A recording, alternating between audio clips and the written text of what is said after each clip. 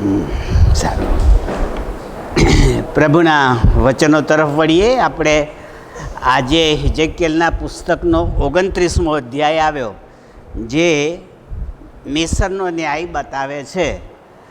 એ પહેલાં શીખતા પહેલાં સર્વ આવેલાને ઈસુના નામમાં પ્રેમી સલામ. મિસર વિશે બે ભાગ પડી જાય અને બે ભાગના લીધે એને શિક્ષા થઈ, એટલે જરા લાંબુ થઈ ગયું. બીજા બધા ટૂંકામાં ગયા, આ લાંબુ થઈ ગયું કારણ કે બે ભાગ પડી ગયા. કયા બે ભાગ? પેલા 430 વર્ષ મિસરમાં ગુલામીમાં રહ્યા તે, એમાં આ લોકોની પાસે ઈંટો પડાવેલી, વૈતરું કરાવેલું, હેરાન પરેશાન કરેલા, પછી મૂસાએ કાઢ્યા. આ એ પહેલો ભાગ, આ યાદ રાખજો. એની શિક્ષા પણ પ્રભુએ કરી, એટલે લાંબુ થયું. અને બીજી શિક્ષા ક્યારે કરી? તો આમને બાબેલમાં પકડી ગયા ત્યારે જે છેલ્લો રાજા હિજકિયલના વખતમાં હતો, જેને આપણે સિદકિયા રાજા કહીએ છીએ, સિદકિયા, એ સિદકિયા રાજાને બાબેલના રાજાએ એના ઇઝરાયેલમાં જ રહેવાનું કહ્યું કે અહીં રહે અને મારો ખંડીયો રાજા બની અને મને મારો ભાગ આપતો રહેજે, પણ બળવો ના કરીશ, કોઈની સાથે સંધિ ના કરીશ. આ સિદકિયાને કહેલું. પણ સિદકિયાને પ્રભુના પ્રબોધકે પણ કહેલું કે આ બાબેલના રાજાને તો મેં બોલાવ્યો છે ને મેં તમને સોંપ્યા છે, એટલે એને કયા પ્રમાણે કરજે, મારી વિરુદ્ધ ના જતો. પણ આણે શું કર્યું? સિદકિયાએ મિસરની સહાય માગી. એ મિસરનો બીજો ગુનો. સિદકિયાને તો શિક્ષા થઈ તો શીખી ગયા આપણે, આજે મિસરની શિક્ષા જોવાની છે. એટલે વર્ષો પછી લગભગ મૂસા કાઢી લાવ્યો, 40 વર્ષ તો અરણ્યમાં ગયા ચાલતા ચાલતા. અને પછી યહોશુઆએ મૂસાના મરણ પછી જીત્યો પેલો દેશ, એટલે બીજા 40 ગણી નાખો, એટલે 100 વર્ષ તો પસાર થઈ ગયા. પછી એમનું રાજ્ય શરૂ થયું. સાઉલને રાજા બનાવ્યો, અને સાઉલના રાજા પછી દાઉદને રાજા બનાવ્યો, અને દાઉદ રાજા પછી સિદકિયા સુધીના બધા રાજાઓ આવ્યા. એટલે મારી ગણતરી પ્રમાણે બીજા 400 વર્ષ વીતી ગયા પછી આ પ્રજા અવળી ચાલી. સમજવો, આપણે આવા છીએ, પેઢીઓ જતી રહે ને તોય આપણે સુધરતા નથી. જે પરિસ્થિતિમાં આપણા બાપ દાદાઓ ભૂલ કરતા હતા ને એવું જ આપણે કરીએ છીએ. એટલે એમના પ્રમાણમાં આપણે પણ શિક્ષા પાત્ર થઈએ છીએ. આ બાઇબલ આપણી આગળ ઉઘાડું કરે છે. એટલે બે થયા, મિસરની ગુલામીનો શિક્ષા, અને સિદકિયાએ સલાહ પેલાની સંધિ કરી અને બળવો કર્યો. જો ફરી તમે કદાચ ભૂલી ગયા હશો, પણ હું રિપીટ કરી લઉં, આવી ગયેલું છે આપણા શિક્ષણમાં. જ્યારે બાબેલના રાજાને ખબર પડી કે સિદકિયાએ મિસરીઓ સાથે સંધિ કરી છે અને મારી સામે બળવો કરવાનો છે, ત્યારે એણે એના સેનાપતિને મોકલ્યો, નબુખાદનેસર રાજાએ. અને એણે આવીને સિદકિયાને બેડીઓ પહેરાવી અને બાબેલ લઈ ગયો, આંખો ફોડી નાખી. આંખો ફોડી નાખ્યા પહેલાં એના બધા છોકરાને એની નજર આગળ મારી નાખ્યા. આ હિજકિયલના પુસ્તકમાં આવી ગયું, આપણે શીખતા હતા ત્યારે. પછી એની આંખો ફોડી નાખી અને ત્યાર પછી એને મારી નાખ્યો. આ સિદકિયાની શિક્ષા. બાઇબલમાંથી જ બોલું છું. હું બહારનું હશે તો કહીશ કે આ બહારનું છે, પણ આ સિદકિયાએ જે કર્યું એની શિક્ષા સિદકિયાને તો મળી, પણ પ્રભુના કામમાં પેલા મિસરીએ ડખો કર્યો, એટલે આ 29મો અધ્યાય એના માટે શિક્ષા લઈને આવ્યો. આ મગજમાં રાખજો. મિસરની શિક્ષા લાંબા થવાનું કારણ બે ભાગમાં વહેંચાઈ જાય છે એટલા માટે. એક હોત તો ટૂંકું થઈ જાત, પણ બે ભાગ છે એટલે લાંબુ થાય છે. હવે કાઢો બાઇબલ, 29મો અધ્યાયને પહેલી કલમ. 10મા વર્ષના 10મા માસની 12મીએ યહોવાનું વચન મારી પાસે આવ્યું. સાંભળજો બરાબર. 10મું વર્ષ, 10મો મહિનો અને 12મી તારીખ એ હિજકિયલ પાસે દેવનું વચન આવે છે. એનો અર્થ એ થયો કે આપણું કેલેન્ડર નહીં ગણવાનું, આ નહીં ગણવાનું. આ તો રોમન કેલેન્ડર છે. આપણું જે કેલેન્ડર અત્યારે ચાલે છે ઈસવીસન, એ રોમન રાજાનું છે. પણ રોમન રાજા જ્યારે ખ્રિસ્તી થયો ને, ત્યારે રોમન રાજાના કેલેન્ડરને ઈસુને નામ સાથે જોડી દીધું અને ઈસુના સમયગાળા સાથે મૂકી અને એણે એના રાજ્યમાં એનું નામ ઈસવીસન રાખ્યું. ઈસુના સમયનું કેલેન્ડર, આ એનો અર્થ થતો હતો.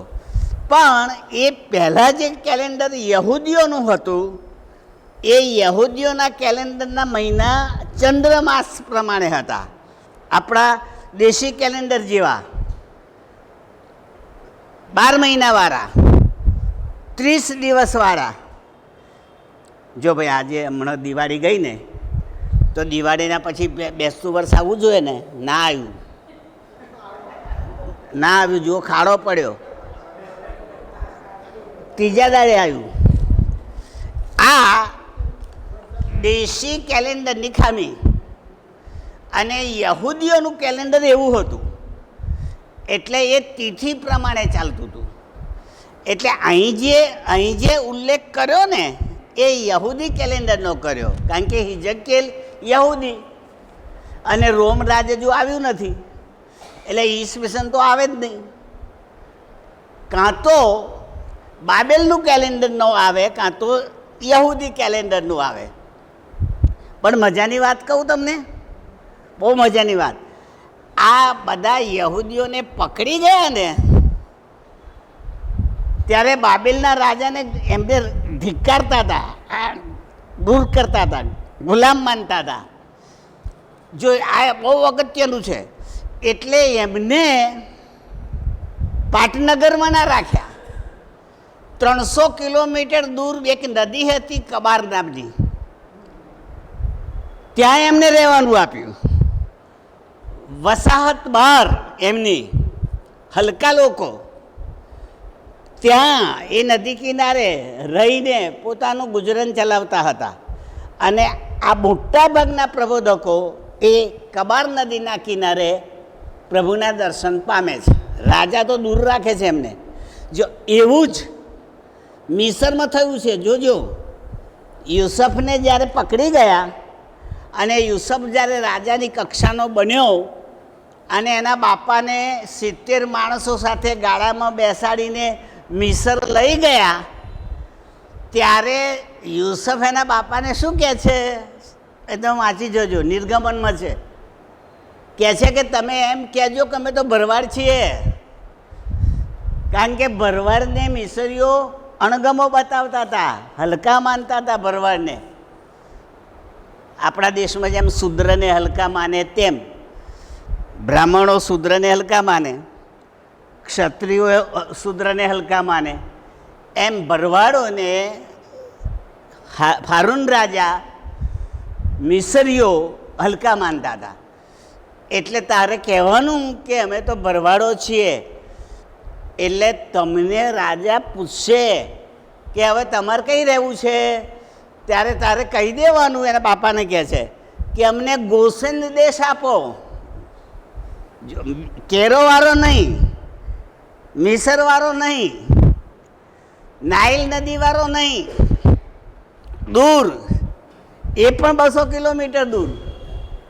એ ગોસેન દેશમાં આ યહૂદીઓ રહેતા હતા. અને એમના જુવાન છોકરા છોકરીઓને રાજા ગુલામીમાં વૈતરું કરાવતા હતા, ઈંટો પડાવડાવતા હતા. એ બધું છે બાઇબલમાં, પણ આપણે આપણો વિષય એ નથી. મારો કહેવાનો વિષય સમજો તમે કે ઇઝરાયેલી પ્રજા તિરસ્કૃત થયેલી હતી, એટલે રાજાઓ એને પકડી જતા ખરા, પણ હળદ્રુત કરતા હતા, ધિક્કારતા હતા, દૂર રાખતા હતા, અપમાન થતું હતું એમનું. અને આપણા ભારતમાં અંગ્રેજો 150 વર્ષ રહ્યા ત્યાં સુધી ઇન્ડિયનોનું પણ અપમાન જ કર્યું છે, કારણ કે આપણે ગુલામ હતા. આપણા દેશમાં આપણું અપમાન થયેલું છે. ઇતિહાસ વાંચજો અંગ્રેજનો. ભાઈ મેં તો વાંચ્યો છે એટલે કહું છું કે એ ઇન્ડિયનોને બ્લેક ડોગ કહીને બોલાવતા હતા. Black, you shut up black dog એમ કે. એટલે હું કાળો કૂતરો છું?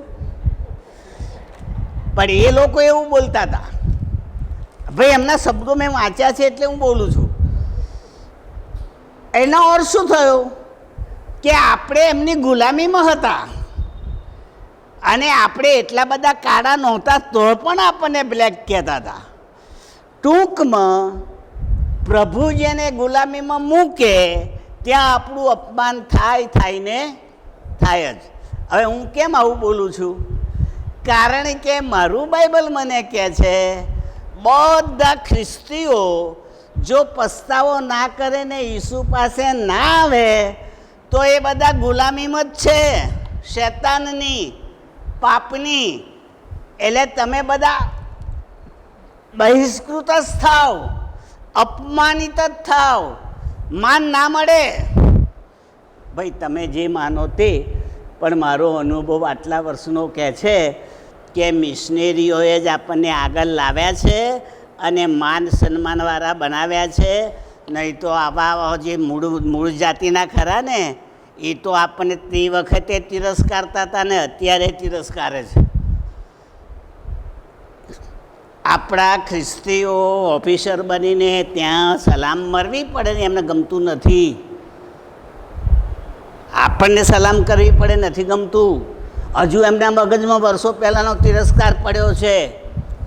પણ મારા પ્રભુએ મિશનરીઓ મારફતે આપણી પ્રજાને માત્ર બાઇબલ જ નથી આપ્યું, શિક્ષણ પણ આપ્યું, આરોગ્ય પણ આપ્યું, અને રોજીરોટીની વ્યવસ્થા પણ કરી.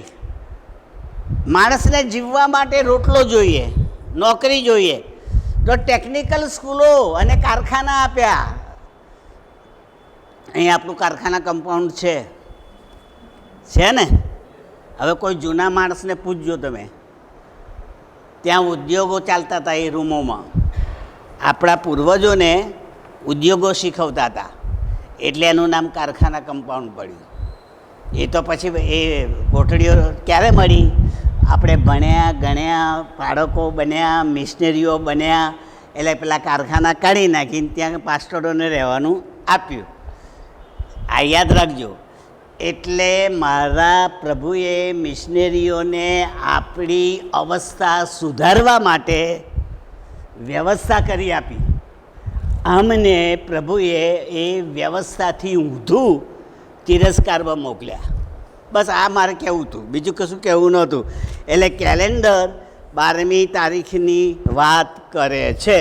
બીજી કલમ, હે મનુષ્ય પુત્ર, તારું મુખ મિસરના રાજા ફારૂન તરફ રાખીને તેની વિરુદ્ધ તથા આખા મિસરની વિરુદ્ધ ભવિષ્યવાક.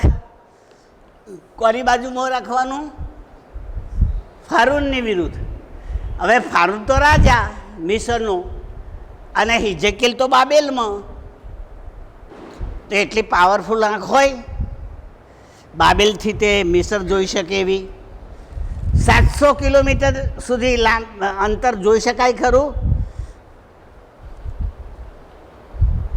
આપણી આંખ વધારેમાં વધારે 1 કિલોમીટર જોઈ શકે, પછી ના જોઈ શકે. પાવરફુલ આંખ હોય તોય. આ 700 કિલોમીટર દૂર રહે છે, પણ પ્રભુ શું કહે છે? ફારૂન તરફ આંખ રાખ અને ભવિષ્યવાક.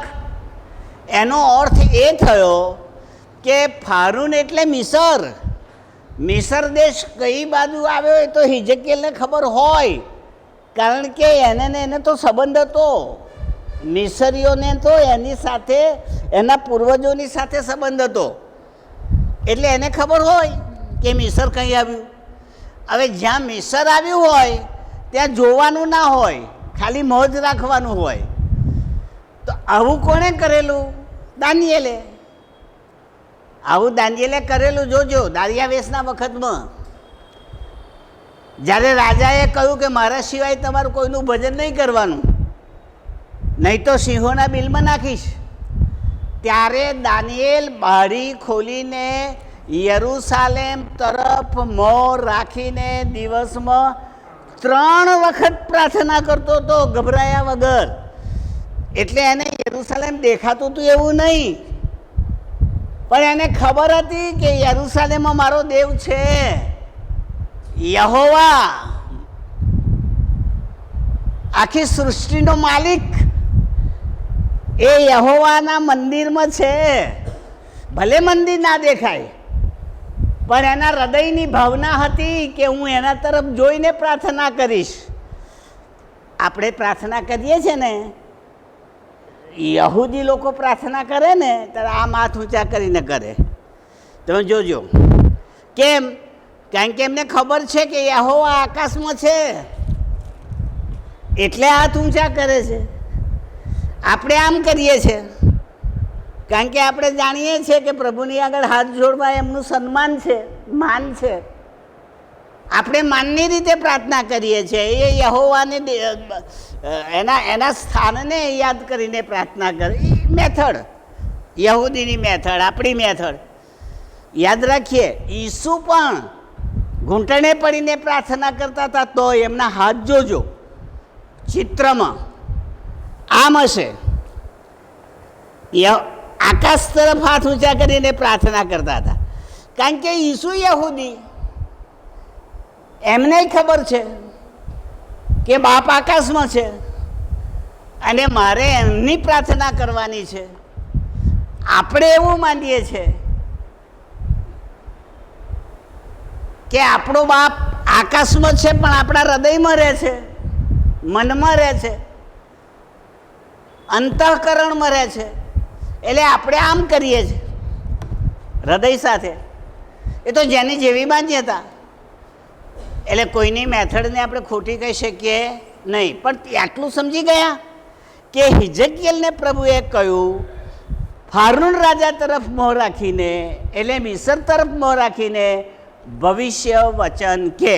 હવે અહીં જરા સાંભળી લેજો, એ કદાચ તમને નહીં મળે એટલે હું કહી દઉં. મિસરના જેટલા રાજા થયા એ બધાય ફારૂન. ફારૂન એમનું ઉપનામ છે. રાજાની ઓળખ જેમ આપણા બિશપ હોય ને, ગમે તે નામના હોય, પણ એ કોણ કહેવાય? બિશપ. તો એ એમની ડિગ્રી નહીં, એ એમનો અધિકાર, એ એમનું સિમ્બોલ. બિશપનું રિટાયર્ડ થાય તોય બિશપ. એવી રીતે પેલો રાજા રિટાયર્ડ થાય ને તોય ફારૂન, એનો છોકરોય ફારૂન, અને એને છોકરો થાય તે ફારૂન. તો ઓળખવાના કેવી રીતે? ભાઈ આ બન્યું છે એટલે કહું છું. અને એટલા માટે આમાં ખુલાસો કર્યો છે, એ હું તમને કહું. જો એ લખ્યું છે આમોસનું પુસ્તક 3 અધ્યાય અને 7મી કલમમાં, અને ઈર્મિયાનું પુસ્તક 44 અને 30મી કલમમાં. એ જે ફારૂન છે એનું નામ હોફા હતું. હોફા મેં મારા બાઇબલમાં લખી લીધું લાલ અક્ષરથી. ફારૂન કયો? પણ ફારૂન હોફા. એવી રીતે યહૂદીઓનો જે રાજા થાય ને, બધા હેરોદ, હેરોદ ફલાણો, હેરોદ ફલાણો, હેરોદ ફલાણો. ઈસુના વખતમાં હેરોદ, આ શું કહેવાય ને, ઓલું ઉપર છે કશું, સારું ફરી યાદ આવે એટલે કહું છું.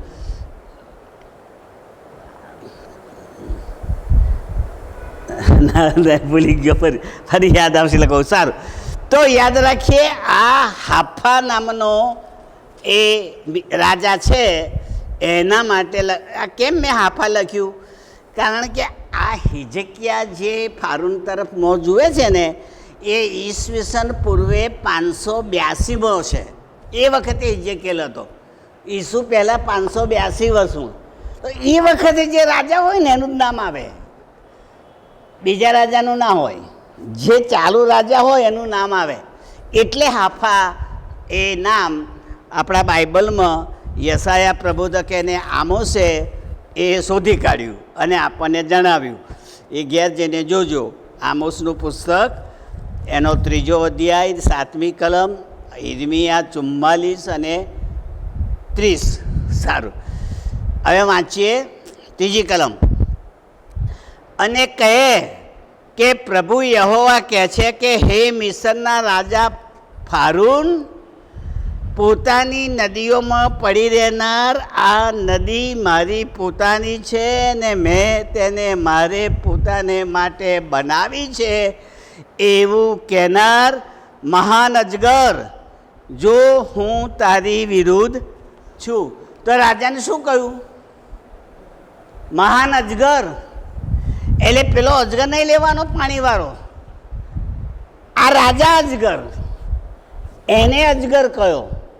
એટલે ઘણી વખતે પ્રભુ પેલો વાડીવાળા શેતાનને શેતાન ના કહે, મને તમને શેતાન કહે. ઘણી વખતે શેતાન ઊંધું ચાલે છે, મારી વિરુદ્ધ જાય છે, પિત્તરને શેતાન કહેલું.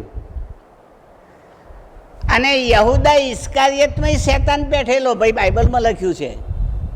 ઈસુએ એને કોળિયો આપ્યો ને પછી લખ્યું છે, જોજો, જેવો કોળિયો ખાધો એવો શેતાન એનામાં બેઠો અને ઈસુને વેચી દીધો. એ શેતાને વેચાયો યહૂદાના શરીરમાં રહીને.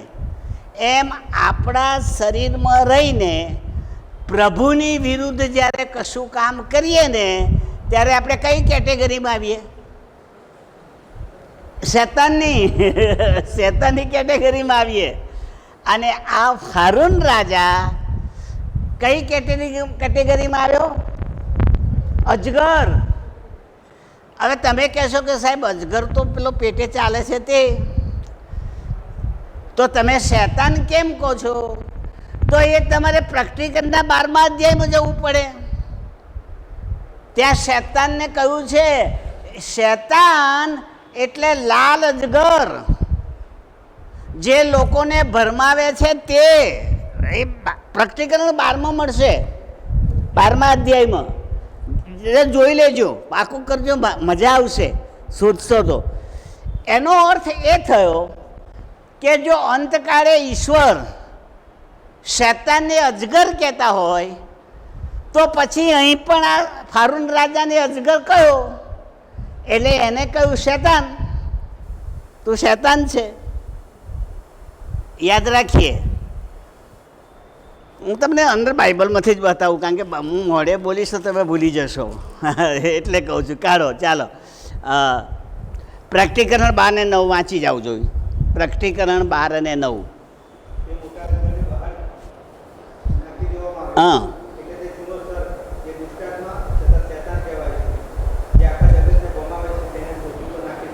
જો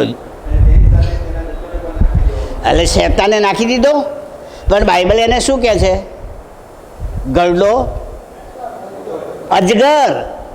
અંદર વાંચી ગયા, ગરડો અજગર. એટલે અજગરના રૂપમાં શેતાનને ફેંકી દીધો, એ બાઇબલમાં કહે છે. સારું, હવે યશાયાનું પુસ્તક કાઢો, 27મો અધ્યાયને 1લી કલમ વાંચો. યશાયા 27 અને 1. કારણ કે હું કહીશ તો તમે ઘેર જઈને નથી વાંચવાના, એટલે વંચાવું છું. ચાલો.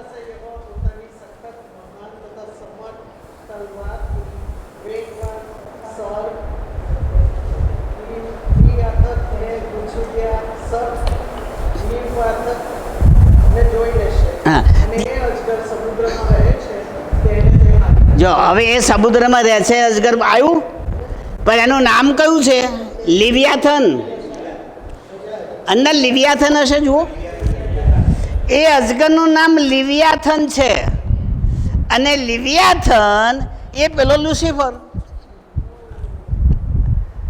આપણે બધા લુસિફર લુસિફર કરીએ છીએ ને ભાઈ. આમાં આપણે જ્યારે સમજીએ ને તો આનંદ થાય. આપણે બધા જાણીએ છીએ કે દૂત હતો, લ્યુસિફર ફેંકી દીધો, શેતાન થયો. બાઇબલ એને ગરડો અજગર કહે છે, પણ યશાયાએ કહ્યું એ જ લિવ્યાથન છે, એ જ શેતાન છે.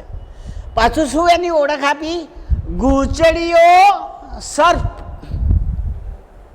અંદર જુઓ, ગૂંચળીઓ લખ્યું છે, ગૂંચ પડતો અજગર. શેતાન હંમેશા આપણને ગૂંચવી નાખે, કદી સીધા રહેવા જ ના દે, મગજને દોડી નાખે, પરીક્ષણમાં પાડી નાખે. ભાઈ એ તો શેતાન છે, અને ગૂંચળીઓ છે તો ગૂંચડું જ કરે ને, કે સીધો રે. જોયું? તમે શું માનો છો મને ખબર નહીં.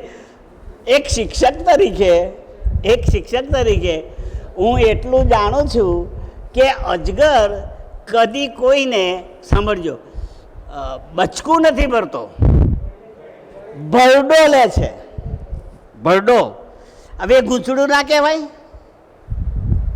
આમ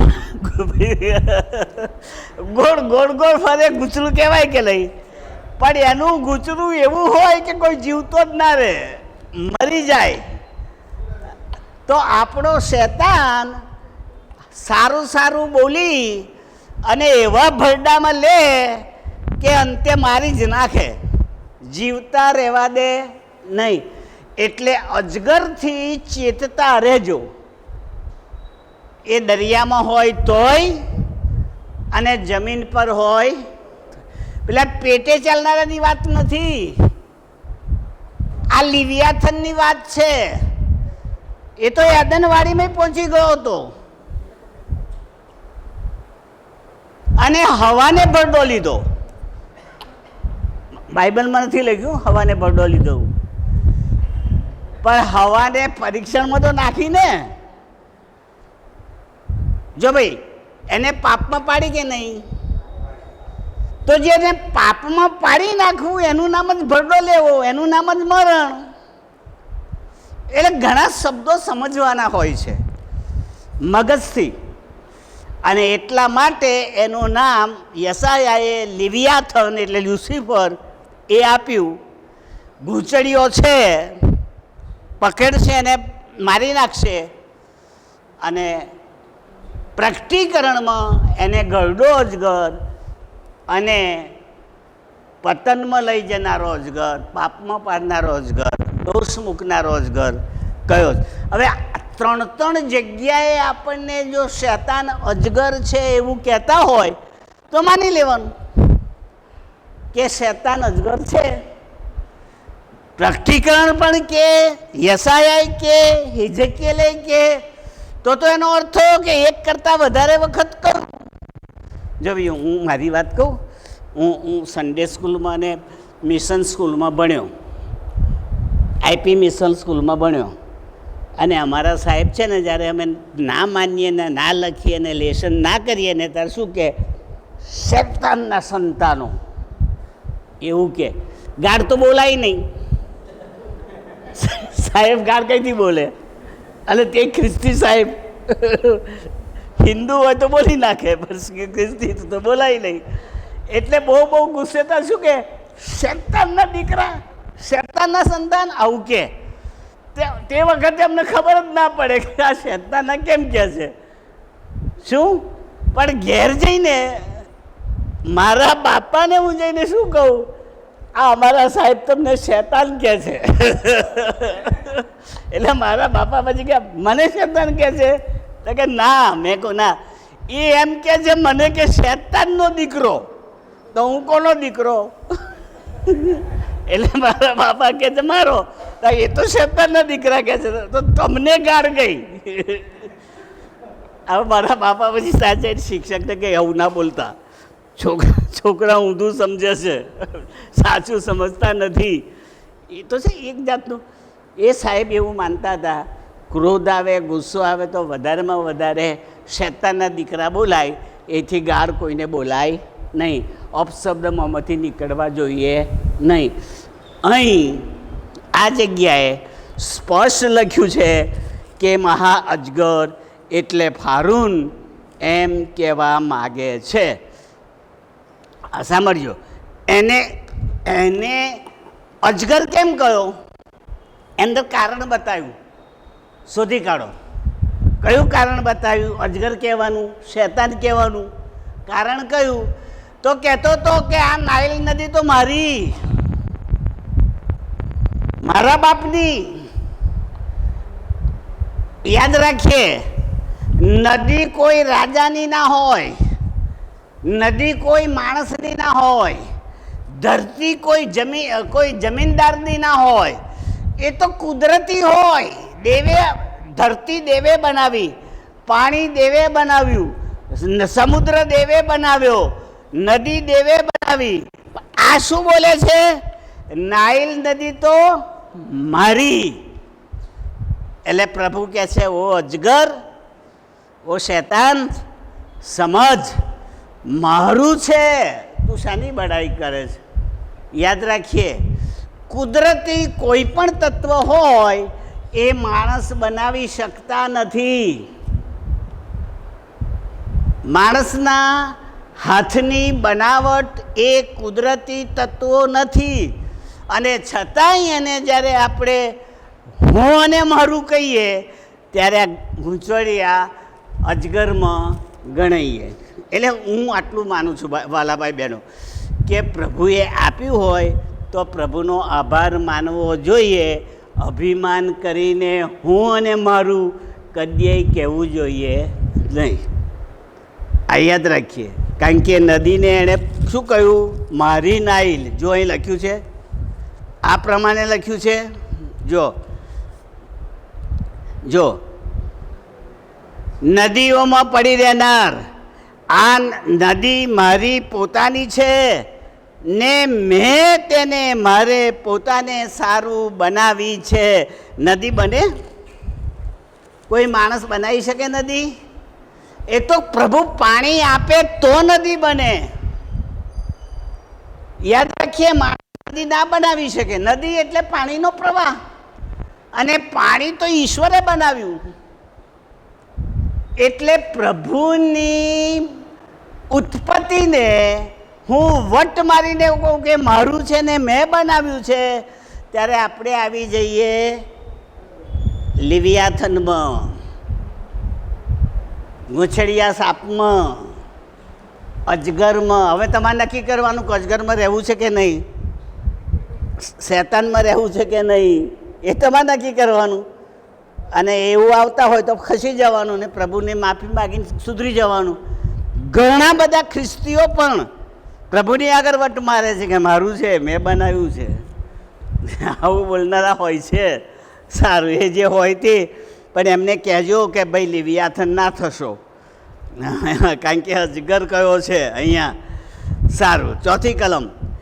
તારા જડબામાં હું ગલ ઘાલીશ ને હું તારી નદીઓના માછલાને તારા ભીંગડાને વળગાડીશ, અને તારા ભીંગડાએ વળગેલા તારી નદીઓના સર્વ માછલા સહિત તારી નદીઓમાંથી હું તને બહાર ખેંચી. અજગર એટલે રાજા. તો પછી માછલા વળગાડવાની વાત આવી, એ કોણ? પ્રજા. એ પ્રજા થઈ. અજગર રાજા થયો તો માછલા પ્રજા થઈ. તો એ કહે છે હું પ્રજા અને રાજા બંનેને ગલ કરીને પકડીને બહાર કાઢીશ અને બાબેલ મોકલી દઈશ. આ બન્યું છે. મિસરીઓને બાબેલે હરાવેલા, એમને પકડી ગયેલા. એ સિદકિયા રાજા પછી આવે. આ સિદકિયા રાજા સંધિ કરીને પછી એને તો મારી નાખ્યો, પણ પેલા બાબેલના રાજાએ મિસર પર હુમલો કરેલો અને મિસરના રાજાને પણ પછી મારેલો, પકડી ગયેલા, મારી નાખેલો. એટલે ટૂંકમાં અજગર નહીં પકડી ગયા અને એની જોડે માછલા નહીં પકડી ગયા. હવે તમે સમજ્યા માછલા એટલે આપણે વધારે સારું કહું, બોસ હોય ને બોસ એ અજગર અને આપણે નાના નાના બધા માછલા. પણ આપણે અજગરની પાછળ પાછળ ફરતા હોય ને તો એની સાથે આપણને પ્રભુ શિક્ષા કરે. આ ભલે હસવું આવતું હોય તમને, પણ હકીકત છે. પ્રભુએ એને શિક્ષા કરવાનું કહ્યું, હું એને પકડી જઈશ ને તમને પકડી જઈશ. સારું, 5મી કલમ. પછી હું તને તથા તારી નદીઓના સર્વ માછલાઓને અરણ્યમાં પડતા મૂકીશ. તું ખુલ્લા મેદાનમાં પડી રહેશે, તને કોઈ ઉચકશે નહીં કે ભેગો કરશે નહીં. મેં તને ભૂચર પશુઓને તથા ખેચર પક્ષીઓને ભક્ષ તરીકે આપ્યો છે. ભૂચર એટલે ભૂ એટલે જમીન, ચર એટલે ચરનારા, રહેનારા, ફરનારા. આ જમીન પર જે ફરે ને વાઘ, વરુ, શિયાળ, કૂતરા એ ભૂચરમાં આવે. અને પેલા ખેચરવાળા આવે ને એ પક્ષીઓ, ખગમાં ફરનારા, આકાશમાં ફરનારા. તો તમે જુઓ, મને તો મારી આંખ આગળ દેખાય છે, જ્યારે કોઈ પણ જાનવર, તમે નહીં જોયું હોય કારણ કે તમને તો કંઈ ખ્યાલ નહીં આવે, મરણ પામે ને ઊંચે રહેલું ગીધ જોઈ લે છે એ મરેલા જાનવરને અને ચક્કર મારતું મારતું નીચે આવે છે. એક નહીં, ટોળું આવે છે આખું. ભાઈ મેં તો મારી આંખે જોયું છે એટલે કહું છું. અને મરેલાને ખાઈ જાય છે, સાફ કરી નાખે છે. એટલે અહીં હું તને ખેચરને સોંપીશ. એનો અર્થ શું કરવાનો? તારી લાશને કોઈ દાટનારું મળશે નહીં, પેલા પક્ષીઓ આવીને તને ખાઈ જશે. અથવા જંગલી પ્રાણીઓ તને ખાઈ જશે. એ બંનેમાં મિસરના મોટા ભાગના લશ્કરને દફનવિધિ થઈ જ નથી. રાજાઓની દફનવિધિ થઈ તો પહેલાં, પણ આ શિક્ષા થઈ તે વખતે રખડતી લાશો રહી ગઈ. મહાવિનાશ. તમને નવાઈ લાગશે, પણ હું ઇઝરાયલ ગયો ને ત્યારે મને એક ખીણ બતાવવા માટે પોલ ગોહિલ લઈ ગયેલા. પહેલાં ગયા ત્યારે પોલ ગોહિલે શરૂ કરેલું. ત્યારે કોઈ ઇઝરાયલમાં જતું નહોતું, પોતપોતાની રીતે જતા હતા. અને પોલ ગોહિલ એક પારસીને ઊભા કરેલા, એ પારસીએ ગોઠવેલું અને અમે 10 માણસો ગયેલા. ત્યારે પોલ ગોહિલ સાહેબ મને એ ખીણ જોવા લઈ ગયેલા. કઈ? હિજકેલવાળી હાડકાની ખીણ હિજકેલમાં છે.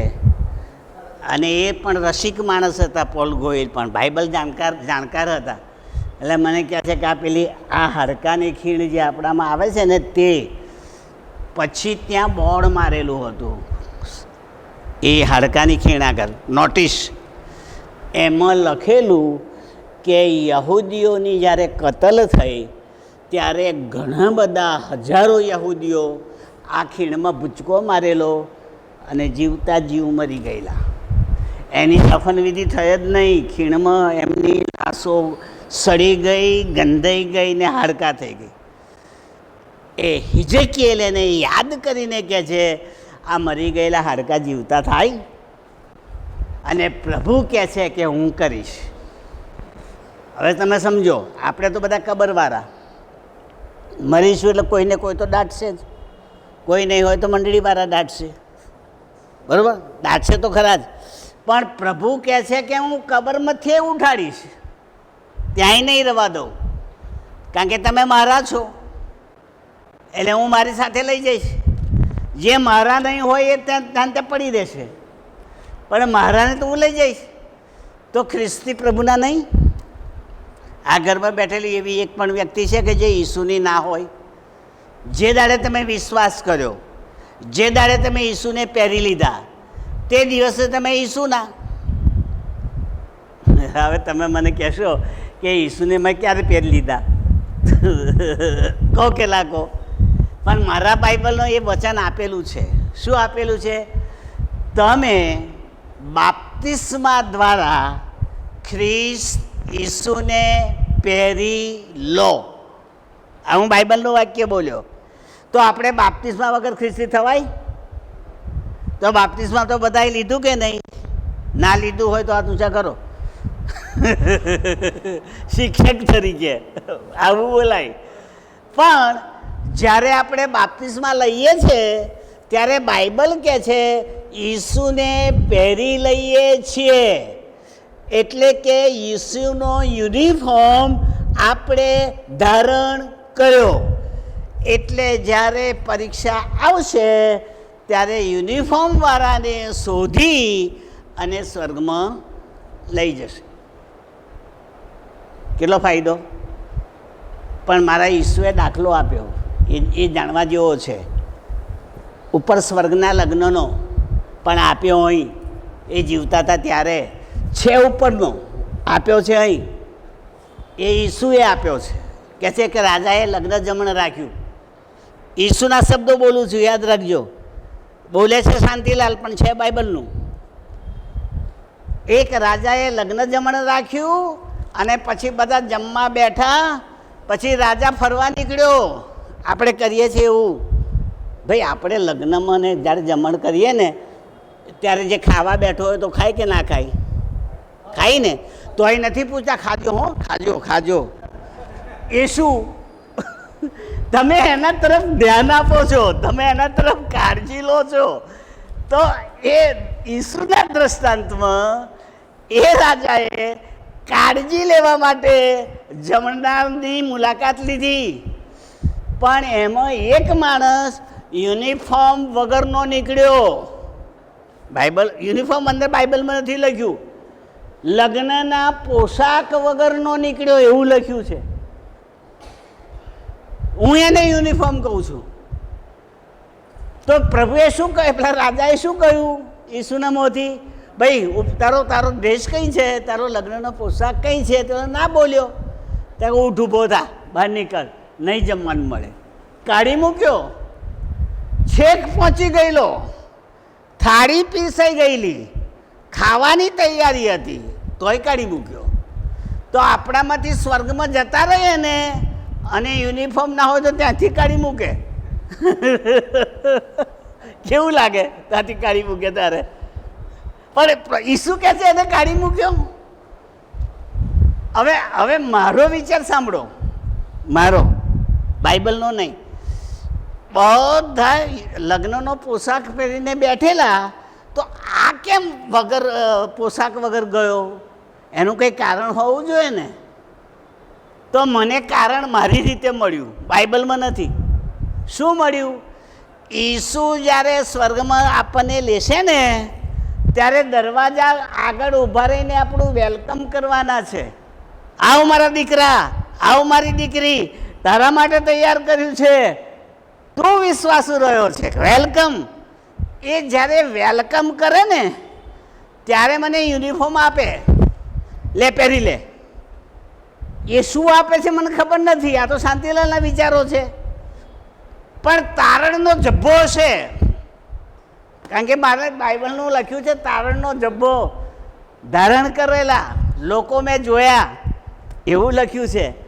એટલે જબ્બો એટલે યુનિફોર્મ અને તારણ એટલે જીવન.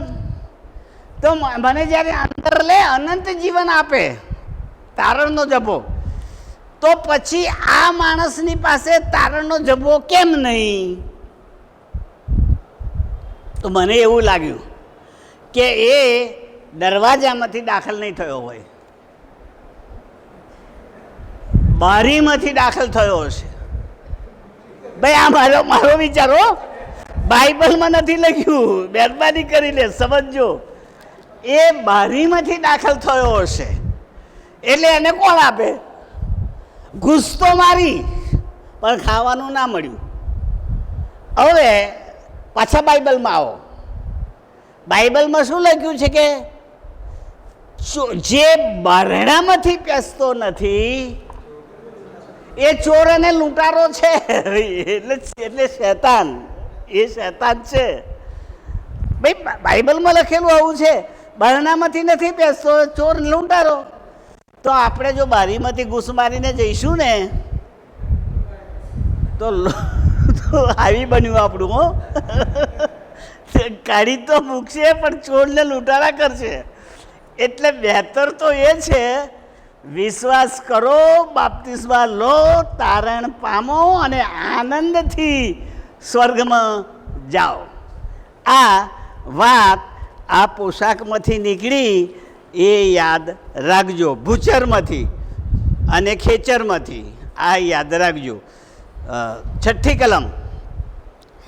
ત્યારે મિસરના સર્વ રહેવાસીઓ જાણશે કે હું યહોવા છું, કેમ કે તેઓ ઇસ્રાયેલના વંશજોને બરુના ટેકા જેવા થયા. હાલેલુયા.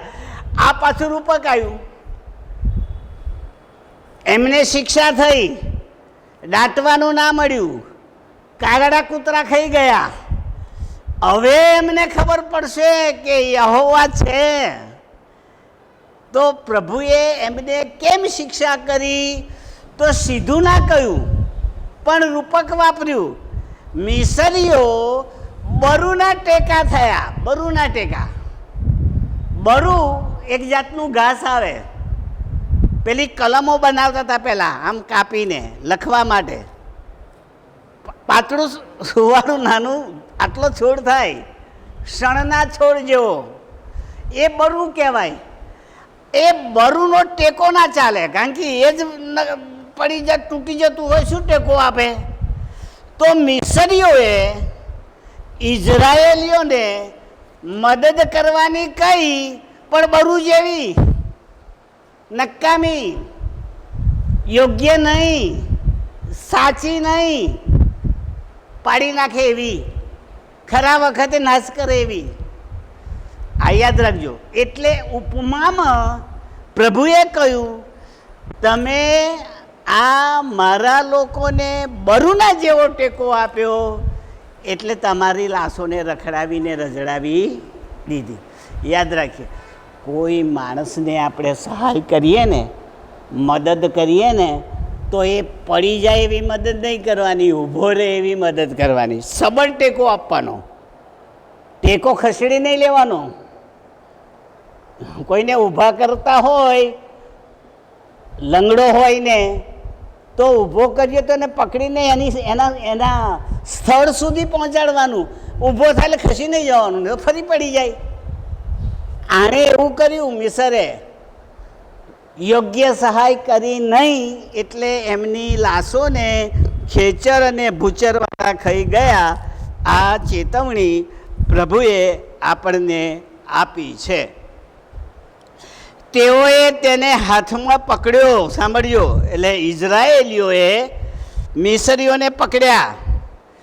ત્યારે તું ભાગી ગયો, ટેકો તો આપ્યો નહીં. લાકડી તો બનાવી, પણ લાકડી જ ભાગી ગઈ. મિસર પાસે ગયા, પણ મિસર જ પડી ગયું. ઇઝરાયેલીઓની વાત છે આ. અને એટલે લખ્યું છે કે તું ભાગી ગયો, અને તે સર્વના ખભા ચીરી નાખ્યા. તેઓએ તારા પર ટેકો દીધો, ત્યારે તું ભાગી ગયો અને ત્યાં સર્વની કમરો ઢીલી કરી. કોઈને તમે એક વખત વચન આપો ને, અને પછી વચન ભંગ કરો ને, ત્યારે એની કમર ભાગી જાય, ના હિંમત થઈ જાય. અણીના વખતે ખસી ગયા તમે. કોઈને મદદ કરવાનું કહ્યું હોય અને ખરા ટાઈમે તમે ખસી જાઓ, તો એ તો આપણો કમર તૂટી ગયા જેવો થઈ જાય. આવું થયું આ પ્રજાને. એટલે દાખલો આપ્યો અને એના હાથ ચીરી નાખ્યા. હાથ કેમ?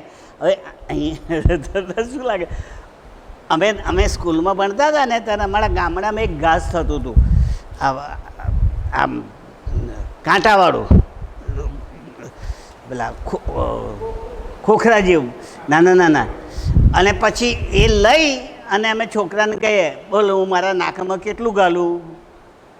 તો પેલો બાપડો બોરો હોય, એટલે અડકે આટલું એ જેવું પકડે એવું આપણે ખેંચીએ તો બધા કાંટા એને વાગે,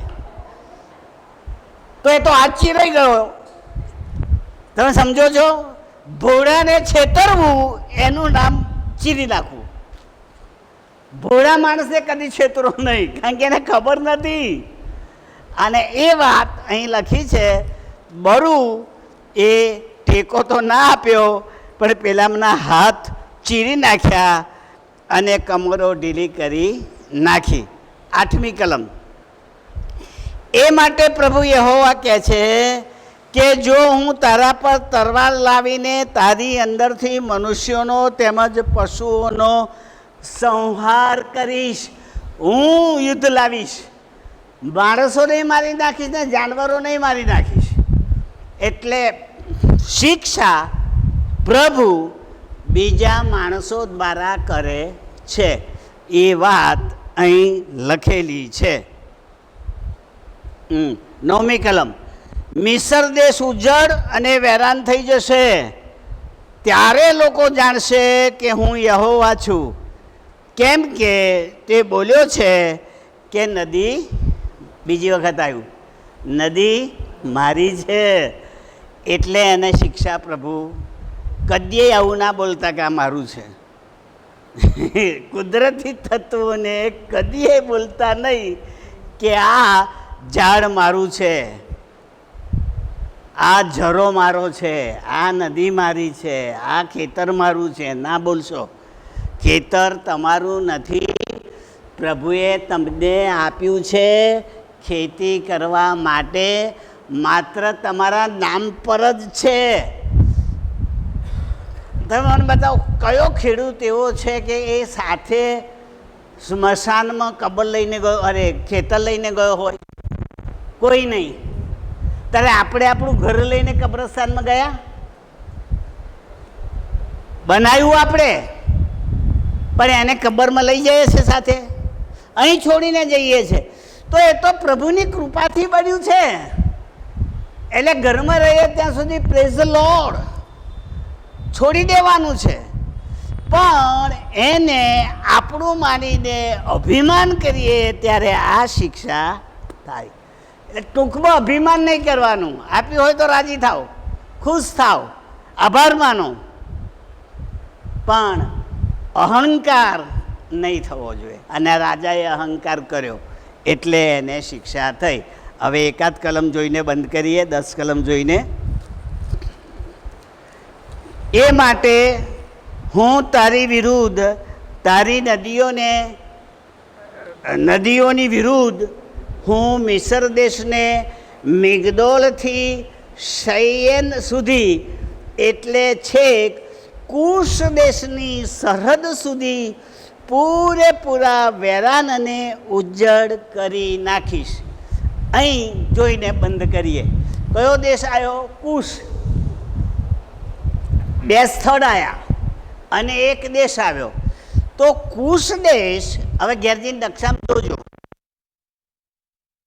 અત્યારનું સિદોન, અત્યારે જેને સિદોન કહે છે ને, એ જૂના સમયનું કુશ, અને મિસરને અડીને આવેલું છે.